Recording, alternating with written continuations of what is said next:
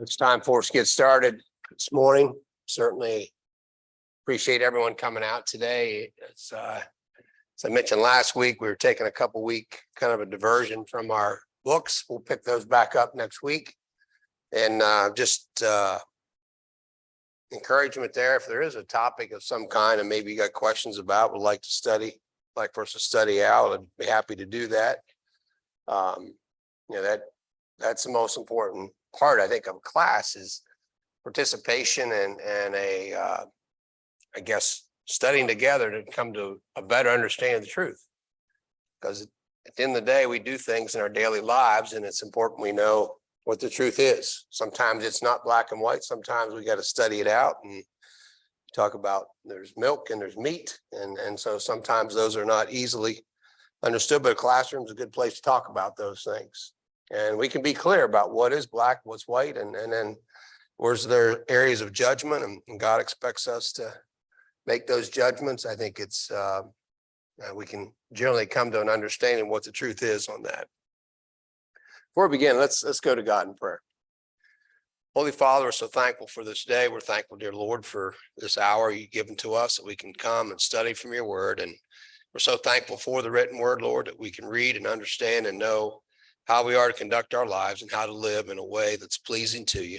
Pray you'll be with us during this study, that truth will be taught, that we'll listen and study with open hearts and always be eager to apply the truth of the gospel to our lives. Be with us this day also to worship you that's done in spirit and truth. In Jesus' name, amen. I talked about last week about this question of gambling. We had a good discussion around just what is gambling and the danger, I guess, of just stating that gambling is a sin, because that's a very broad statement. We think of the word gambling applies to a lot of things in our lives, not just, of course, most people think as a picture shows there, we're talking about sitting around a poker table with money and chips, and that's gambling. But there's a lot of things we do in our lives that's gambling. And so it's important when we talk about and teach about what is right and wrong and what's sinful and what's not, that we go to the Bible and that we don't use these. And I talked last week about labels. I hate labels. I always have, because people will generalize and say the Church of Christ is legalist. And so people just be dismissive of studying the topics out by just saying, you know what, they're a legalist group. I don't have to study it out because I've got a label on them and I can just be dismissive of whatever they're teaching. And that can be true of any denomination. I'm not just saying Church of Christ. The important part is that we study out to understand what the truth is. And we don't, certainly it's good and helpful to look at commentaries, look at individuals' maybe opinions on things. At the end of the day, we're accountable to the word and what God teaches us in the word. But it's really most of the time, it comes down to the heart. And that's having a heart that truly wants to know, what does God want me to do? What's the right thing to do in this particular situation? And I would dare say that if we do that, we have that heart that wants to understand the truth. You know what? God says, ask and ye shall find, knock and it shall be opened unto you.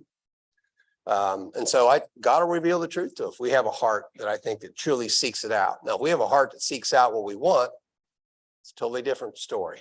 And you won't get to the truth because you're seeking out what you want the truth to be. You know, ironically, last week, Sue and I were visiting in Newark, the Newark Church of Christ. And believe it or not, this verse came up in the Bible class. And I thought, wow, how ironic, or maybe it was providential, that this topic came up in the class at Newark last week. It's James chapter 4. You know, we talk about life being a vapor, and that actually comes right after these set of verses. But James chapter 4, verse 7 says, submit yourselves then to God, resist the devil and he will flee from you. Come near to God and he will come near to you. Wash your hands, you sinners, and purify your hearts, you double-minded. Grieve, mourn, and wail. Change your laughter to mourning and your joy to gloom. Humble yourselves before the Lord and he will lift you up. So I think it's important to bring these two verses up ahead of verses 11 and 12, because it talks about the danger of pride. And that whenever we are looking at the truth on something, and particularly when we're making judgments about our brother or sister, we have to have a heart of humility, not one of pride. That's where we get into dangers, when we have this attitude of pride, and I am high, I am smarter, I am, put whatever label you want on it, that I'm in a position that I can be judging my brothers and sisters. That's a danger. So verse 11 says, brothers and sisters, do not slander one another. So he talks about don't speak evil about one another.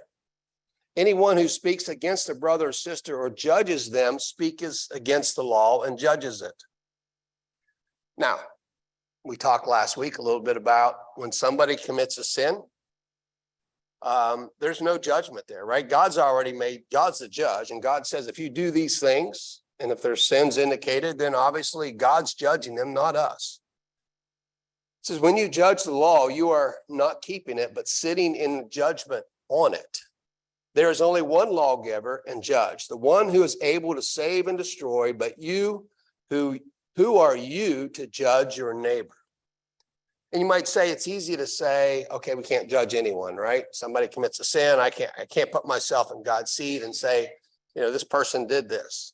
It's not what he's talking about there. The judgment he's talking about here is we're putting ourselves in God's seat. Can we truly know the heart of an individual? And when I say, and we're going to look at verses this morning, talk about covetousness, envy, the love of money. And when I say so-and-so is sinning, they have a heart of envy, or they're coveting things. Now, there might be actions, and I'm not saying there aren't certain actions that indicate, right? We have certain actions that will indicate a person's heart or where they're at. But we've got to be careful when we are judging our brothers and sisters that we don't become prideful, we stay humble, and we don't put ourselves in God's judgment seat and judge that individual, because we're not God. And sometimes people force us or want you to say whether somebody's lost. I don't know if anybody's ever asked you telling me that person's going to hell, or that person is lost because of this thing that they did. You know what? I'm not God. You're not God. We shouldn't put ourselves in that judgment seat. Now, we know that God has commands about certain things, that if you do these things, we know that there's going to be judgment, but not by me. I'm not going to render that judgment. Every knee will bow and every tongue will confess, and everyone shall give an account of himself to God. And so I think that's the important part that I want to, in a way, leading into introduction about this idea of gambling is, we have to judge for ourselves. And we have to use God's word to determine whether any action that we do in this life, whether it is sinful or not. And you may throw some examples at me, and I may give you my opinion, but I'll tell you it's my opinion. It's not what I think, and I can tell you with scriptures to talk about it. So with that, I actually went online. Hopefully you had some time to go online and read a few things. And these were some verses, and I think it's helpful just to go through. This was looked at all the Bible verses pertaining to gambling. It's not as many as you might think. You think there may be hundreds. There's really, at least in this particular example, there's only about maybe 20 in the Old Testament, 20 in the New. So we'll take a look at these. I just think it's good to go over them. So when you think about whether something's right or wrong, it's, what's the Bible say about it? That should be our attitude. Look up verses about it and then determine whether what you're doing is right or wrong. So in the Old Testament, you'll find a lot talking about casting lots. So when men went and passed up and down in the land and wrote in a book a description of it by towns and 7 divisions, then came to Joshua to the camp of Shiloh, and Joshua cast lots for them in Shiloh before the Lord, and there Joshua appointed the land to the people of Israel to each his portion. Now back then, God actually had an influence on what happened when this casting lots. When they, we use dice, that's a simple example. And you roll dice, and God actually controlled what would happen. God actually used that, and the people used that to determine what to do many times. And so that was a very common way of determining certain decisions that were made. Job 6 and 7, you would even cast lots over the fatherless and bargain over your friend. Psalms 22, 17 and 18, I can count all my bones. They stare and gloat over me. They divide my garments among them, and for my clothing, they cast lots. Obviously, we're going to notice that in the New Testament, when talking about Christ and his garments, the soldiers cast lots for him. Proverbs 13, 11. Here's an interesting thought that I think can apply to gambling. And it's this idea of wealth gained hastily will dwindle, but whoever gathers little by little will increase it.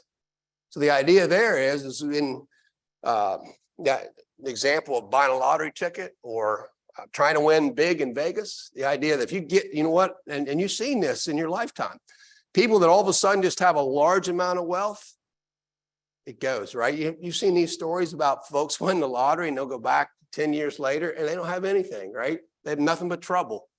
And so this verse, certainly, we've seen examples of that.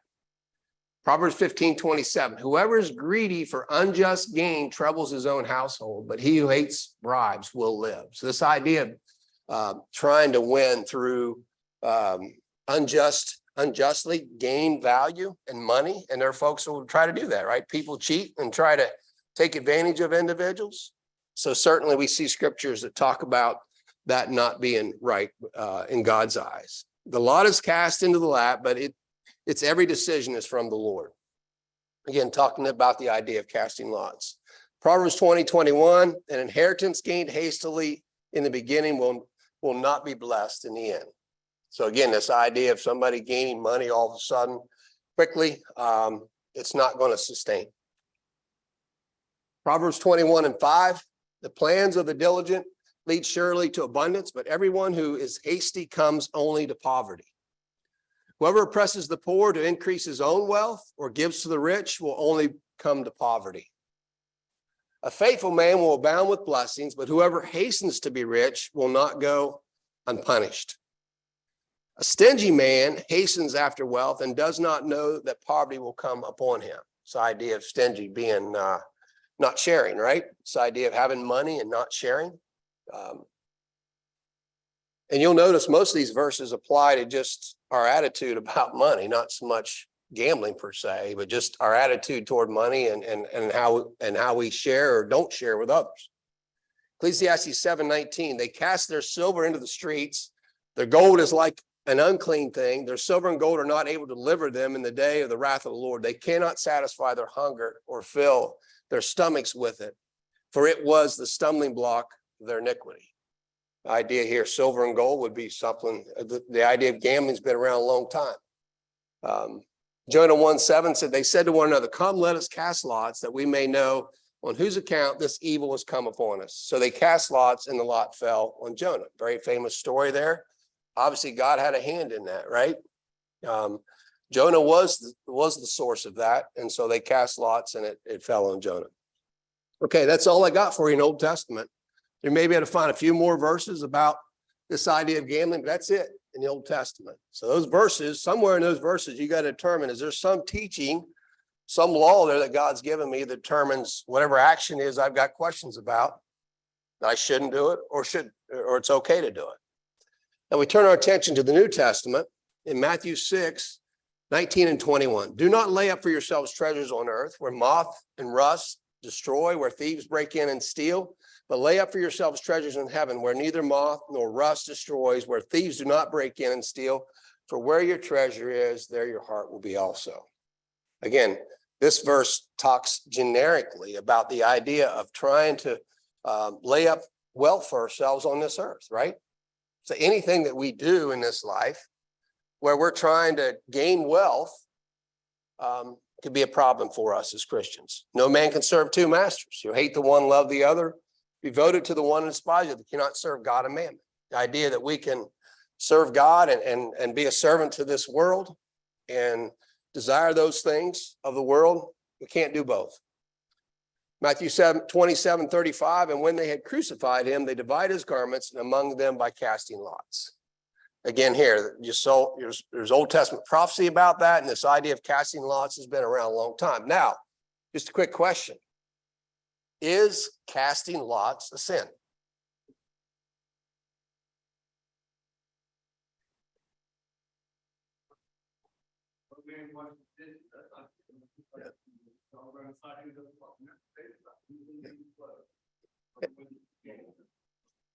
There's nothing in the Bible that indicates the idea of casting lots being sinful. In fact, God used it during the old law to determine what decisions they were supposed to make. So I think that's important to note. So the idea of casting lots is never inferred or referred to as something that is being sinful.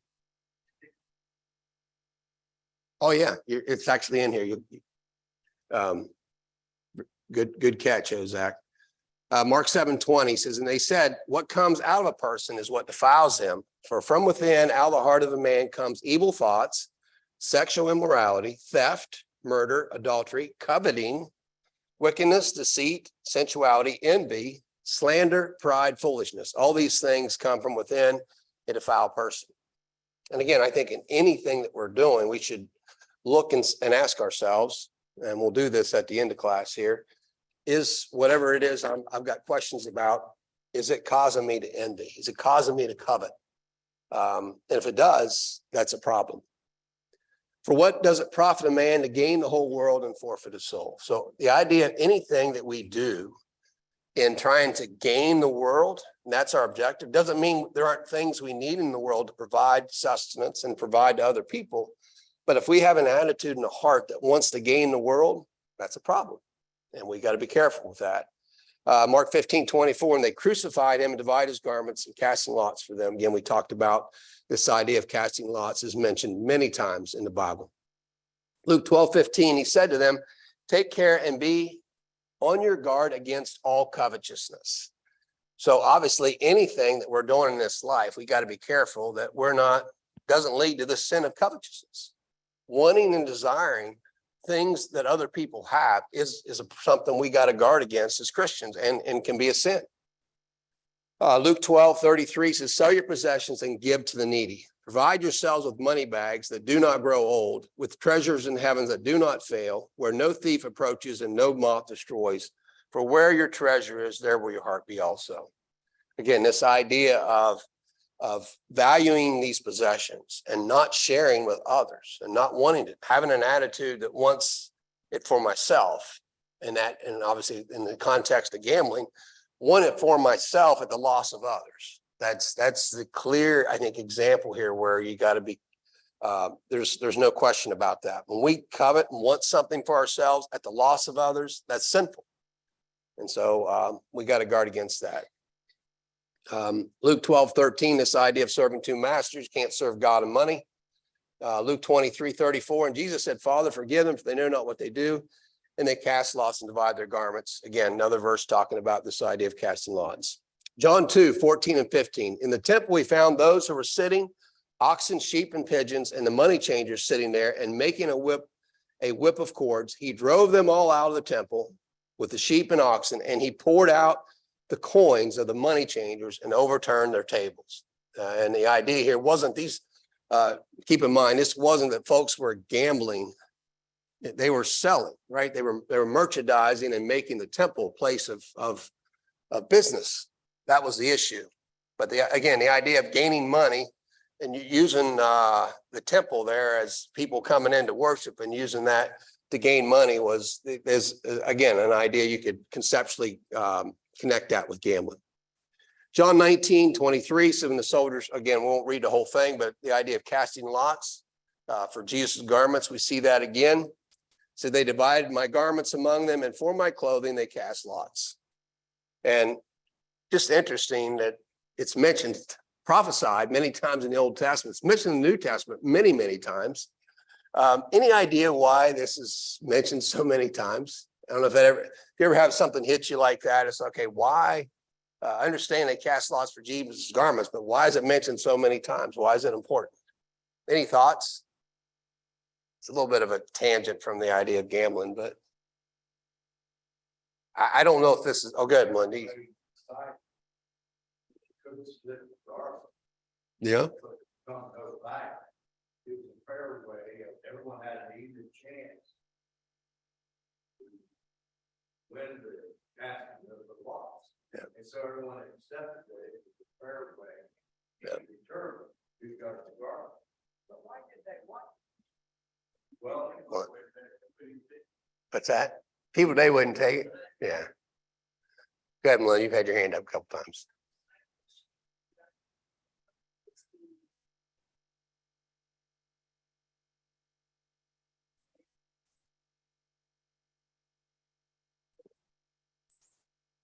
There was obviously some value in Jesus's garments, right? We don't know specifically what all he had, because even there it talked about it doesn't make sense to cut them up. They could cut the cloth up and divide it among the soldiers, but then it loses its value. The real value was in the clothing. For me, one thing I get from it is this is all the worldly possessions Jesus had was his garments. That was it. He didn't have anything else. And I don't know if that was why it's mentioned so many times, but to me, it shows clearly Jesus didn't come to this world to accumulate wealth, right? And money. A little bit of wealth and money that he had, they cast lots for it. But they're seeking truth at that point. They wasn't seeking to know, is this truly the Son of God? But rather there's actually one Lord of material that we will have. Yeah. So I don't want to spend too much time on that because it's kind of off the topic a little bit, but I just thought it was interesting. When I started looking at this, how much casting lots, it's actually casting lots is mentioned more about them casting lots for Jesus' garments than about any other topic when it comes to gambling. Just thought it was interesting. Yeah.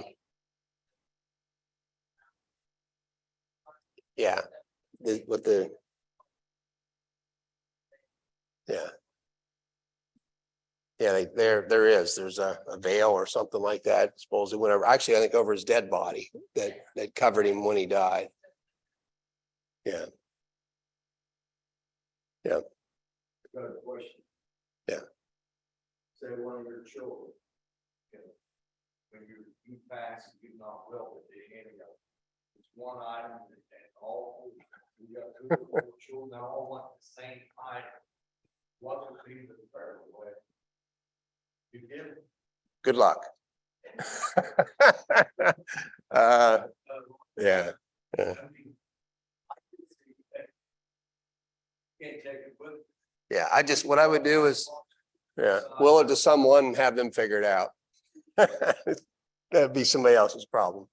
But it just goes to show you a lot of times that the interest is in these physical things. It's sad, but Dale.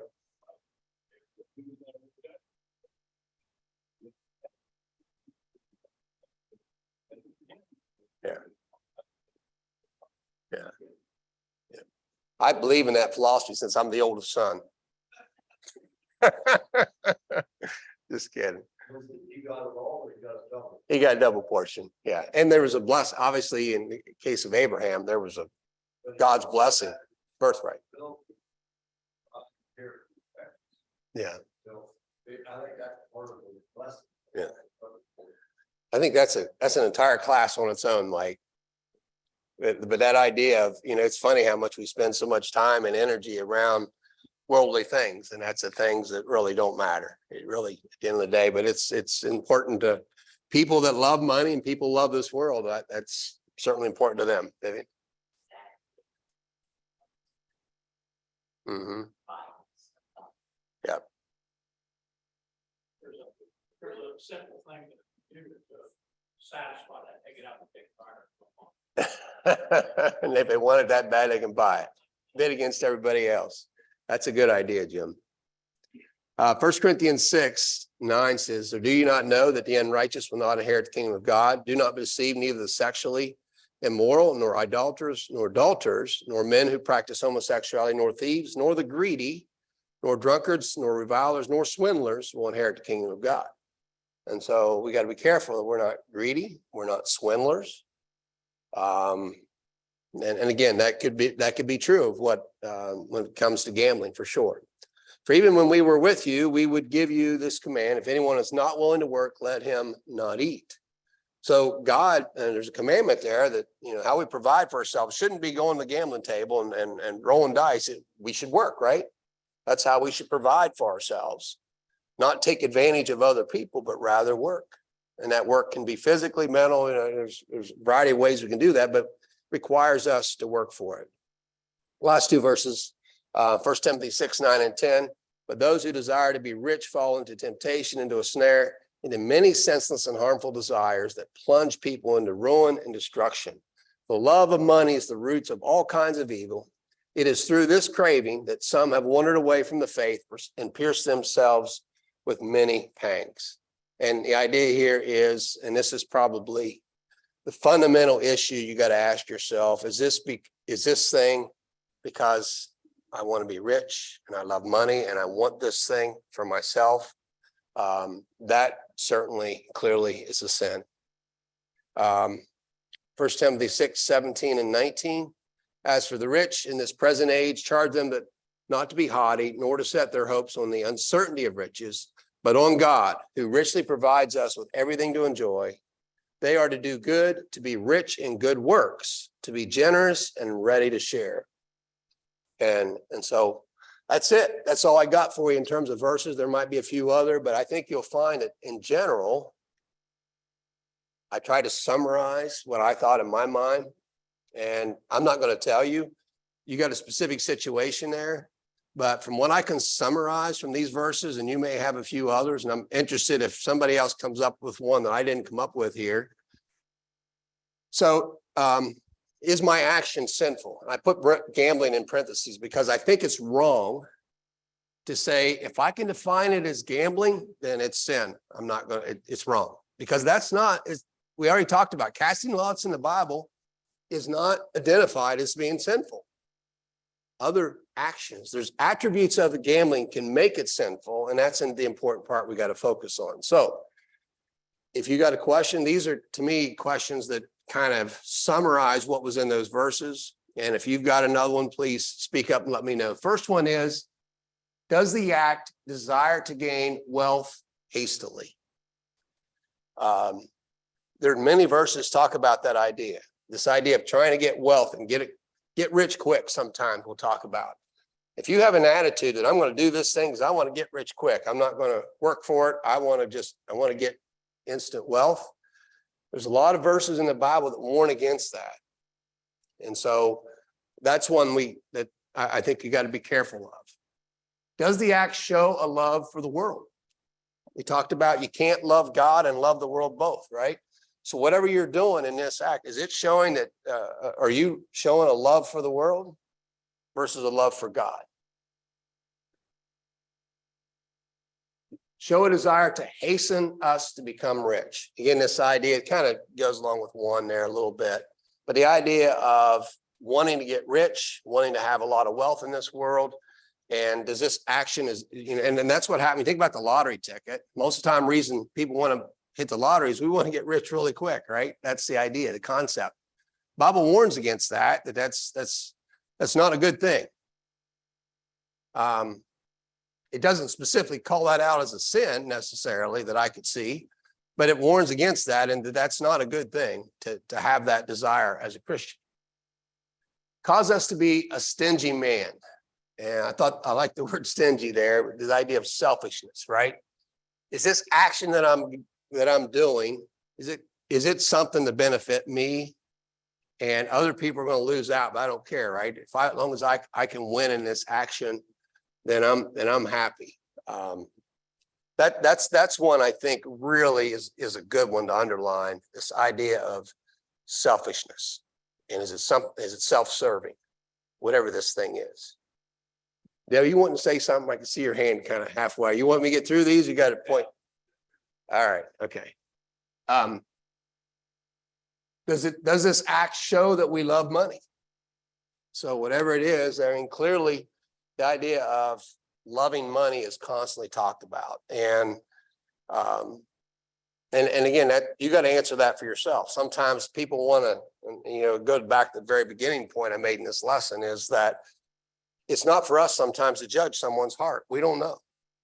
And somebody may be able to do something, and I'm not going to say they can do that without violating any of these principles. That's on you. You'll kneel before God and give an account for that. But we know that these are things that God has identified as being problematic. So loving money. Does this act cause us to covet the things of others? So covetousness, again, is warned against. And so whatever this thing is, if it causes us to covet and want something someone else has. Doesn't mean there aren't things out there that we're not willing to work for, right? But usually we think about sinful thing, covetousness is, I want to take it without having to work for it, right? How can I get this thing from someone and not have to work for it? That's the idea of covetousness. Cause us to be envious of others. You know, sometimes you may participate in something because somebody has something you want, right? And you want that thing and you don't want them to have it. And we're, again, the idea of not working for it. Is there a difference between coveting and envy, being envious? Anybody ever get any thoughts? So is there a difference between envying and coveting something?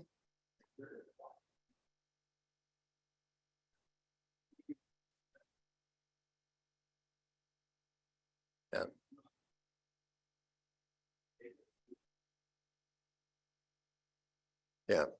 No, and it obviously calls them out as separate. They're very closely connected. I think you could argue that maybe covetousness is a little bit more, I'm going to do something about it. I can be envious of someone and not act on it, right? And it still be wrong in my heart. Covet almost seems like there's some kind, okay, not only am I envious, I want that thing so much, I'm going to figure out how to get it. I don't know if that's embedded in there, but certainly those two words kind of go hand in hand. I think we all understand the idea of wanting something someone else has and even trying to figure out how to get that off of someone. And we got Bible or scriptures to talk about that, right?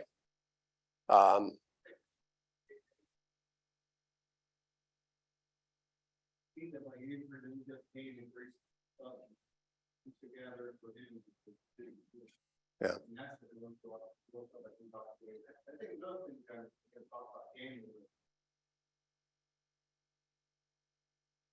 Something that we financial. Somebody the other day, it's off on the booth and then you see to do it. I know this off the cost. What's going to happen? You tell your family or whatever. That's about Yep. No, it's funny you brought that up because in my job, I have a lot of inside information about my industry, not just my company. And innocently, my mother-in-law would be like, well, should I sell? It's like, I can't comment on that.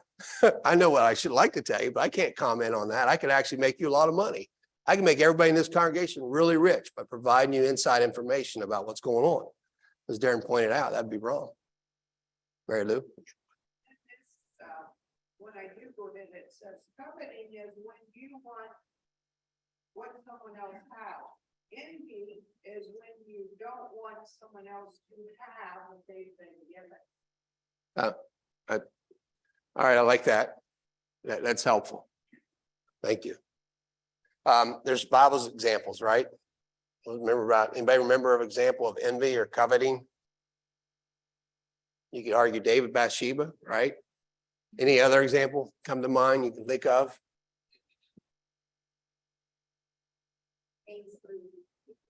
What's that? Cain and Abel? Yep.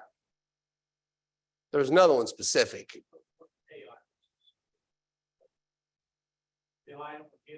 Yeah. Yeah. I was thinking the vineyard, remember? It was Bathsheba told her husband that he wanted this guy's vineyard. Yeah. Ahab told Ahab just right. Wanted it, he saw it, envious, coveted it, and he figured out how to get it, right? Wrongfully, but so I think we understand the idea of envy and covetousness.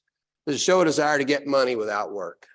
And again, you'll see, I mean, to me, anytime it's why a lot of times we talk about money when it comes to gambling, because the idea of getting money without having to work for it, certainly that's not how God wants us to get wealth. Does the act show us to be greedy for unjust gain? And that goes back to Darren's point there, the idea that I'm going to get rich quick, right? Get wealthy. And then show us to trust in uncertain riches.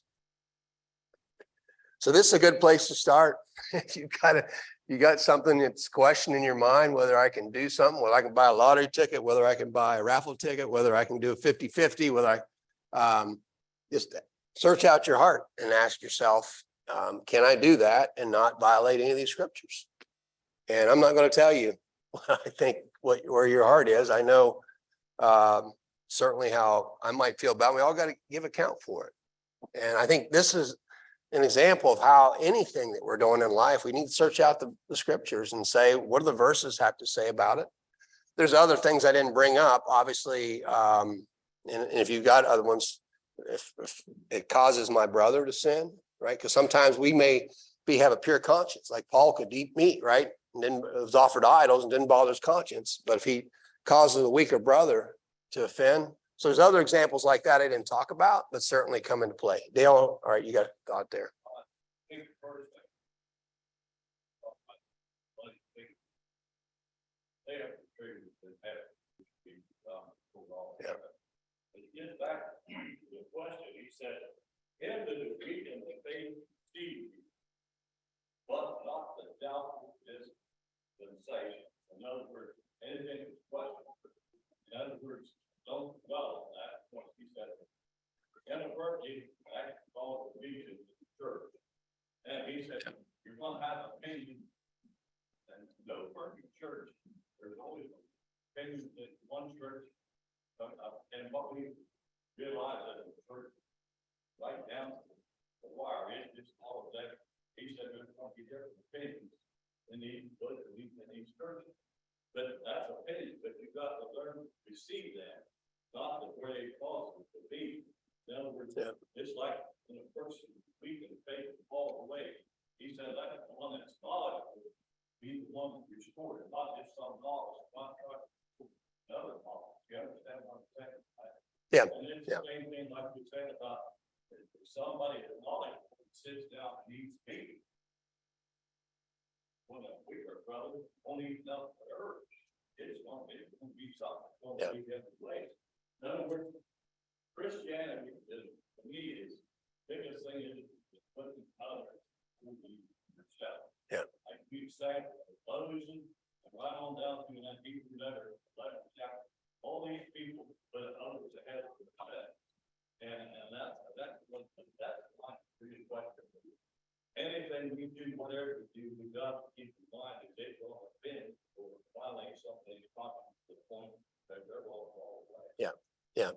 And I think that's, we'll go Carl and then back to Melinda. I just said, man, what causes all these desires is uncontent. Yeah. If we're content with what we have, we don't have these desires to, get out, do things wrong, just keep up with the drums. Yeah. It's a very good point, Carl. Melinda? Dale's point. So in last week with brother, and I see Dale, and he may be able to control his action. But does the act cause me to lose everything I have because I'm addicted on? Yeah. The same way that the word alters evil. I know when I was young, dad and mom never let us go into the area to go to the issue. My whole work was not to go fishing, but we were fishing. But we had to avoid that area because it's so alcohol. Yeah. And all those in restaurants. Yeah. So they would avoid all the because drinking and gambling, you're it's all there was. Just avoid all of these. And that is, I think, and I brought up the example last week about my mother-in-law talking about, she likes playing the slots. And she just got a game at home and she plays hours and hours and hours. And she brought up the examples. I'm going to spend $20 doing this. And I want to entertain myself. I don't care. She really doesn't care if she wins. She had a good time, whether she wins money or not. Most likely she won't win, right? She might hit it big. And if that's her, again, I can't search out her heart. The danger of, as Melinda's pointing out, someone say, well, it's okay to go and play the slots. And somebody else comes along and they can't control them. It is about the money, or it's about, trying to get rich quick, or it violates all these scriptures. That's the danger you run into. And we talked about, I think, that with alcohol and drunkenness, where someone says, I can have a small glass of wine at night. I'm not drunk. But a weaker brother may not be able to do that. And so I do think we got to search out our heart. and our conscience and be sensitive to the point that we could cause someone else to sin. Mary Lou, and then we'll come back to you, Dale. That's where they put down the barn, build bigger. And I say, if you sold that has much good laid up in the years, take that easy, eat, drink, and be merry. We're not going to retire at this job. We're going to keep working. And I Yeah. think that's the wrong, you put work and thinking that's gonna come easy. Yeah. Yep. No, I think the Bible teaches about that, right? This idea of getting wealthy quick and it's kind of like oil and gas has been a little bit like that, right? Some people just got a lot of money really quick. It'd be interesting to survey our area and say, how many people that got all this money, where are they at now financially? I think they're more conservative in this area than other places. So they still, most of them probably still have it, but there are a lot of people, if you give them a bunch of money, all of a sudden, you know what, they'll just spend it all. And I remember talking to our tax guy about it, about these people that went out and spent all this money and all these taxes due at the end of the year. And they didn't have enough money to pay the taxes on the money they got. And so money can be problematic, right? And the Bible talks about that, this idea of wanting money and doing things to get money and win money quick. And that's just not something we should do as Christians. Dale?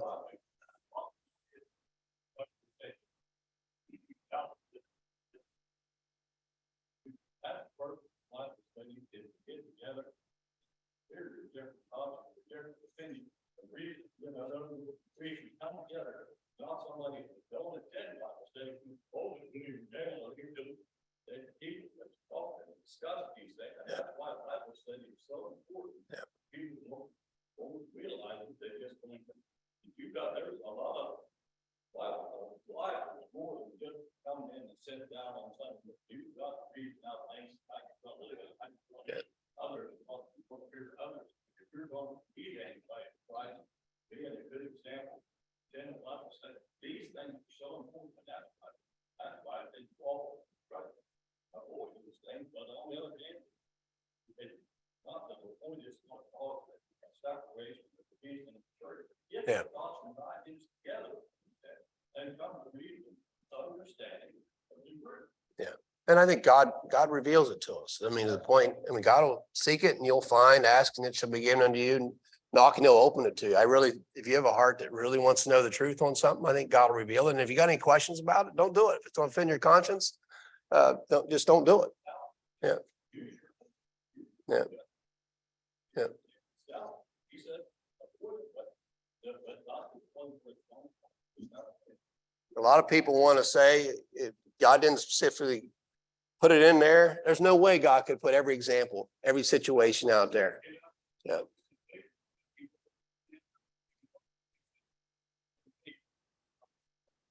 Yeah.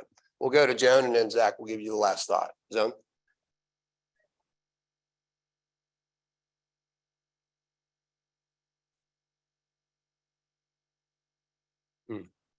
Very, very, that if you have that attitude, you know what, you're going to be fine.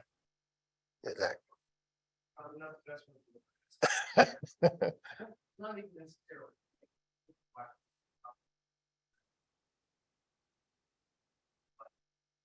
Really jump on,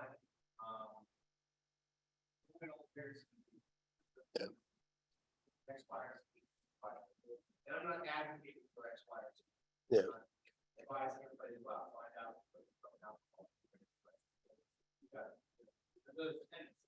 Not what I'm saying, but just easily we shy away from finding what's not found. Yeah. So we're really quick to jump on the right side without pulling off the left. Yeah. And being the pointer, shake your finger, don't do that, don't do this. You're better off, don't do this. And then it leans into, because you've done that, you are now. Yeah. So, my question is, why are we so comfortable? Why are we so comfortable with this blanket statements? But we don't really get so worried about adding more. And that's why I put that verse up at the very beginning. I think James 4 is a very good verse around this idea of don't put yourself in God's seat and you don't, it doesn't come across that I'm what's right and this is what's wrong. All I can tell you, this is what the Bible teaches on it. You're going to have to study it out for your own self or whatever situation to determine whether that's okay or not. You bring up a very valid point, Zach, that I really think something we got to guard against, that we don't become, let me tell you what God meant by that. And there's danger in putting ourselves in God's judgment seat. I couldn't agree more. All right. Thanks, everyone. Appreciate it. Appreciate the good discussion.